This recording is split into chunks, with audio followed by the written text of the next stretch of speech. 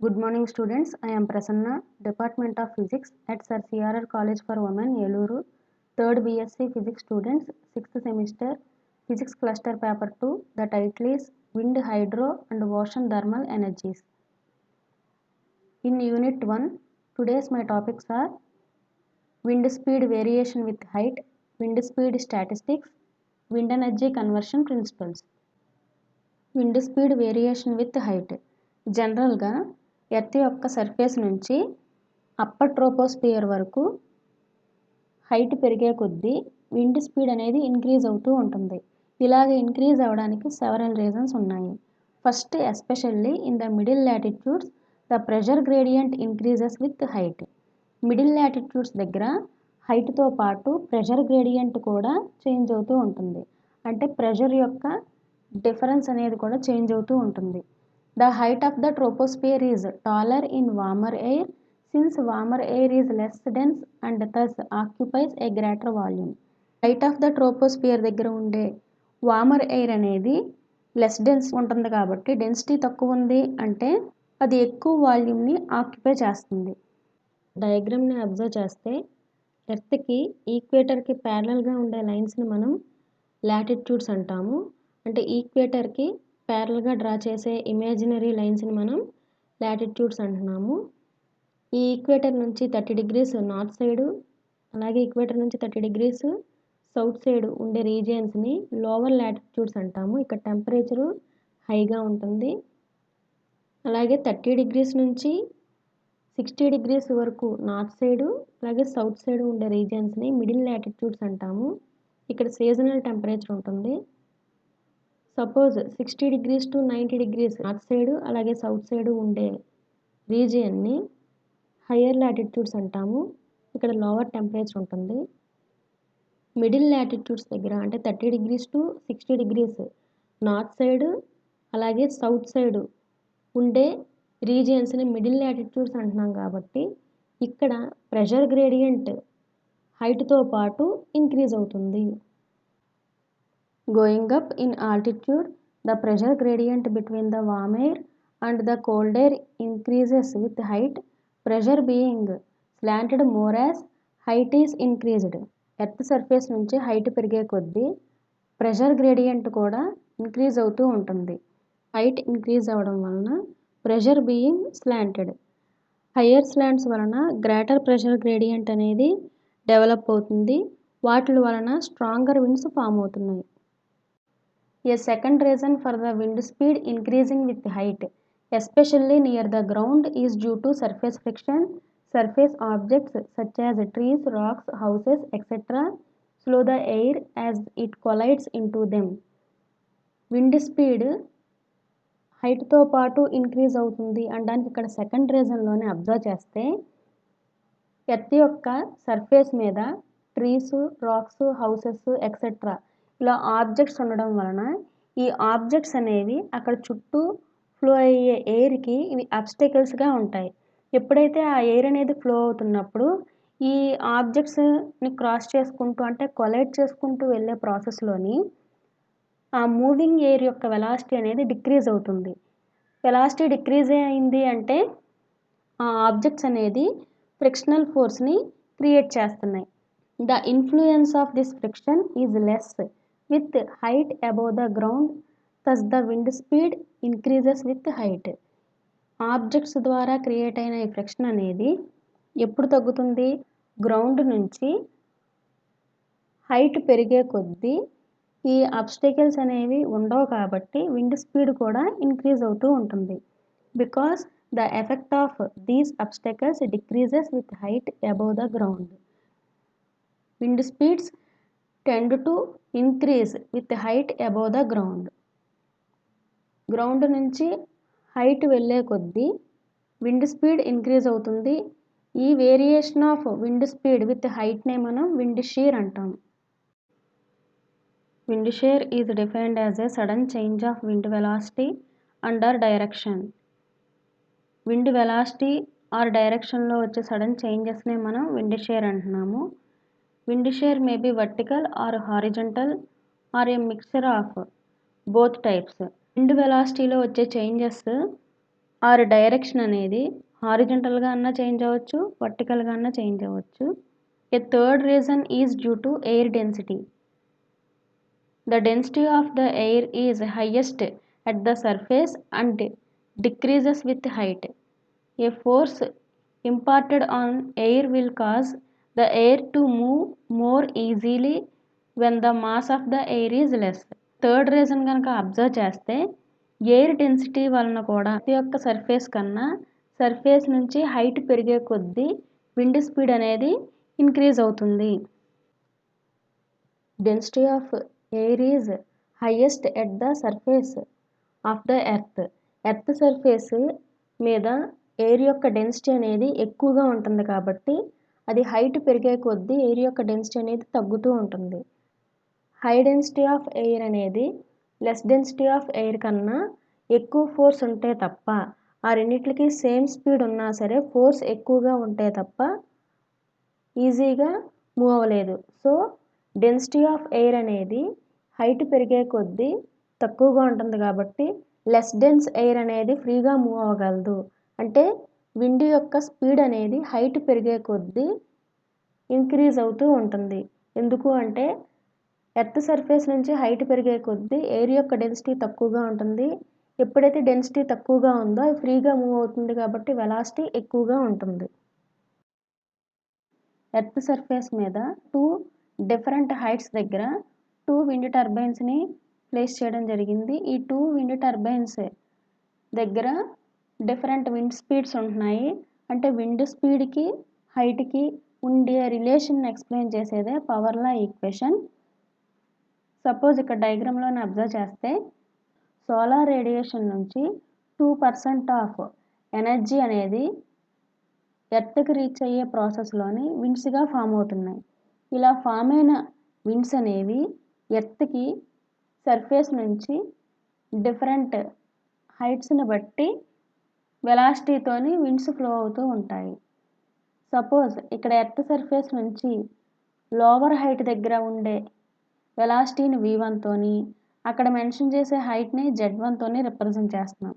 అలాగే earth surface నుంచి upper హైట్లో వాల్యూని z2తోని, అప్పర్ హైట్లో ఫ్లో అయ్యే విండ్ యొక్క వెలాసిటీని v2తోని రిప్రజెంట్ చేస్తున్నాం.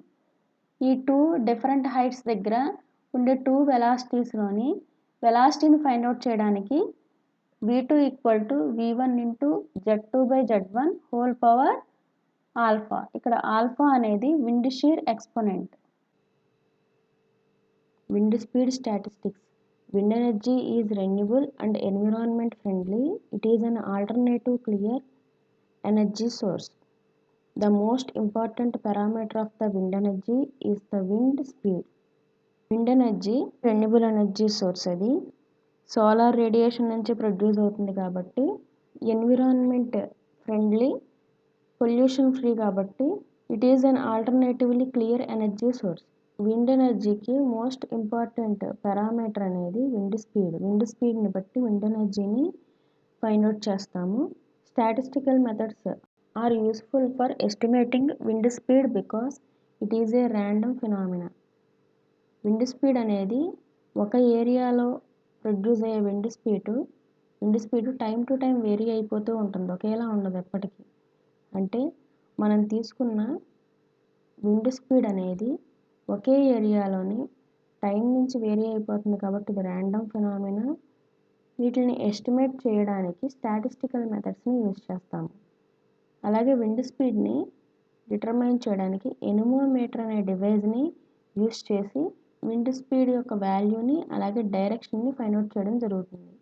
It is also a common weather station instrument. It is used to describe any wind speed instrument used in meteorology. అట్మాస్ఫియర్లోని విండ్ స్పీడ్ని మెజర్ చేసే ఇన్స్ట్రుమెంట్ని మనం ఎనిమోమీటర్ అంటాం. ఎనిమోమీటర్ని యూజ్ చేసి ఒక ఏరియాలోని విండ్ స్పీడ్ యొక్క వాల్యూని డైరెక్షన్ని ఫైండ్ అవుట్ చేయొచ్చు. ఈ ఎనిమోమీటర్ అనేది విండ్ మూవ్ అయ్యే డైరెక్షన్ని బట్టి either clockwise or anticlockwise move అవుతుంది. అక్కడ ఫ్లో అయ్యే విండ్ యొక్క స్పీడ్ని కూడా ఇది మెజర్ చేస్తుంది. For this reason Wind speed probabilities can be estimated by using probability distributions. An accurate determination of probability distribution for wind speed values is very important in evaluating wind speed, energy potential of a region. ఒక ఏరియాలోని wind ప్లాంట్స్ని place చేయాలా వద్దా అనేది ఆ ఏరియాలోని wind speed డేటాని బట్టి place చేస్తారు. ఆ data అనేది కొన్ని ఇయర్స్ నుంచి ఆ ఏరియాలో విండ్ స్పీడ్ యొక్క డిస్ట్రిబ్యూషన్ అనేది ఎలా ఉంటుందో ఇన్వెస్టిగేట్ చేసి దాన్ని బట్టి అక్కడ ప్లాంట్స్ అనేవి ప్లేస్ చేయొచ్చా లేదా అనేది డిసైడ్ అవ్వడం జరుగుతుంది. Since wind speeds are explained as random events, it is expected to fit a probability distribution. Therefore, the distribution which the wind speed fitting is investigated. ఒక ఏరియాలోని విండ్ స్పీడ్స్ ఎప్పుడూ change అయిపోతూ ఉంటాయి కాబట్టి కొన్ని ఇయర్స్ నుంచి ఆ ఏరియాలోని ఎంత విండ్ స్పీడ్ అనేది మెయింటైన్ అవుతుంది, విండ్ స్పీడ్ డేటాను బట్టి అక్కడ విండ్ ప్లాంట్స్ అనేవి ఫిట్ చేయొచ్చు అనేది ఇన్వెస్టిగేట్ చేయడం జరుగుతుంది. విండ్ ఎనర్జీ కన్వర్షన్ ప్రిన్సిపల్స్ మెయిన్గా nature of the wind and power in wind మీద డిపెండ్ అయి ఉంటున్నాయి. నేచర్ ఆఫ్ ద విండ్ అంటే నేచర్లోని విండ్ ఎలా క్రియేట్ అవుతుంది, అలాగే క్రియేట్ అయిన విండ్ని యూజ్ చేసి మనం పవర్ని ఎలా ప్రొడ్యూస్ చేసుకుంటున్నాము అనే 2 కాన్సెప్ట్స్ మీద డిపెండ్ అయి ఉంటుంది. నేచర్ ఆఫ్ ద విండ్లోని the circulation of air in the atmosphere is caused by the non-uniform heating of the earth's surface by the sun. Sun ద్వారా ఎర్త్ సర్ఫేస్ అనేది నాన్ యూనిఫామ్గా హీట్ అవ్వడం వలన అట్మాస్ఫియర్లోని ఎయిర్ సర్క్యులేషన్ అనేది జరుగుతుంది. ఈ ఎయిర్ సర్క్యులేషన్లోని వామ్ ఏరియాలో ఉండే ఎయిర్ అనేది ఎక్స్పాండ్ అవుతుంది. ఇలా ఎక్స్పాండ్ అయ్యే ప్రాసెస్లోని అక్కడ ఉన్న కూల్ ఎయిర్ని కొంత ఫోర్స్తోని అది అప్వర్డ్ మూవ్ చేయడం వలన ఇక్కడ డెన్సిటీ ఎక్కువగా ఉన్న ఎయిర్ అనేది ఫ్రీగా మూవ్ అవ్వలేక ఆ సరౌండింగ్ ఏరియాలోనే మూవ్ అవ్వడం జరుగుతుంది.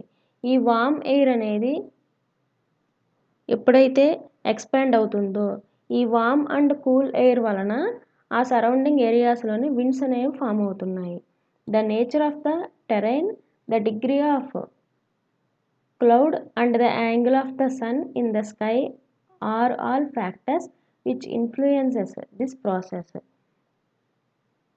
నేచర్ ఆఫ్ ద టెరైన్ అంటే ల్యాండ్ యొక్క నేచర్ మీద డిపెండ్ అయి ఉంటుంది, డిగ్రీ ఆఫ్ క్లౌడ్స్ మీద డిపెండ్ అయి ఉంటుంది, యాంగిల్ ఆఫ్ సన్ మీద. ఈ అన్ని ఫ్యాక్టర్స్ వలన మనకి విండ్స్ అనేవి ఫామ్ అవ్వడం జరుగుతున్నాయి. డే టైంలోని ల్యాండ్ మీద ఉండే ఎయిర్ త్వరగా హీట్ ఎక్కుతుంది వాటర్ సర్ఫేస్ మీద ఉన్న ఎయిర్ కన్నా. In coastal regions this manifests itself in a strong onshore wind. తీర ప్రాంతాల్లోని మనం అబ్జర్వ్ చేస్తే ఇక్కడ ఆన్షోర్ విండ్స్ అంటే ల్యాండ్ నుంచి ఓషన్కి ఎయిర్ అనేది వామ్ ఎయిర్ అనేది సర్క్యులేట్ అవ్వడం జరుగుతుంది. అంటే రైజింగ్ వామ్ ఎయిర్ అనేది land to ocean, cool air అనేది ఓషన్ నుంచి ల్యాండ్కి డే టైంలోని సర్క్యులేట్ అవ్వడం జరుగుతుంది. At night process is reversed because the air cools down more rapidly over the land and the breeze therefore blows of sure. Night time ఇదే process రివర్సిబుల్గా ఉంటుంది. Air అనేది ఓషన్లో కన్నా ల్యాండ్ మీద త్వరగా కూల్ అవ్వడం జరుగుతుంది. అంటే రైజింగ్ వామ్ ఎయిర్ అనేది ఓషన్ నుంచి ల్యాండ్కి, కూల్ ఎయిర్ అనేది ల్యాండ్ నుంచి ఓషన్కి నైట్ టైం సర్క్యులేట్ అవ్వడం జరుగుతుంది. వీటిని మనం ఆఫ్ షోర్ విండ్స్ అంటాము. Wind patterns at any particular site remain remarkably constant year by year. Winds nature ఎప్పుడు చేంజ్ అయిపోతూ ఉంటుంది. కొన్ని పర్టికులర్ సైట్స్లో మాత్రం year by year winds patterns అనేవి కాన్స్టెంట్గా ఉంటాయి. Average wind speeds are greater in hilly and coastal area than they are well inland. Average wind speeds అనేవి కొండ ప్రాంతాలు, తీర ప్రాంతాల్లోని ఎక్కువగా ఉంటుంది. లోతట్టు ప్రాంతాలతోని కంపేర్ చేస్తే the winds also tend to blow more consistently and with greater strength over the surface of the water where there is a less surface drag. Water surface మీద విండ్స్ ఫ్లో అవ్వడం కాన్స్టెంట్గా అలాగే గ్రేటర్ స్ట్రెంగ్త్తోని ఫ్లో అవ్వడం జరుగుతుంది. Water surface మీద surface drag అనేది తక్కువగా ఉండడం వలన the power in wind.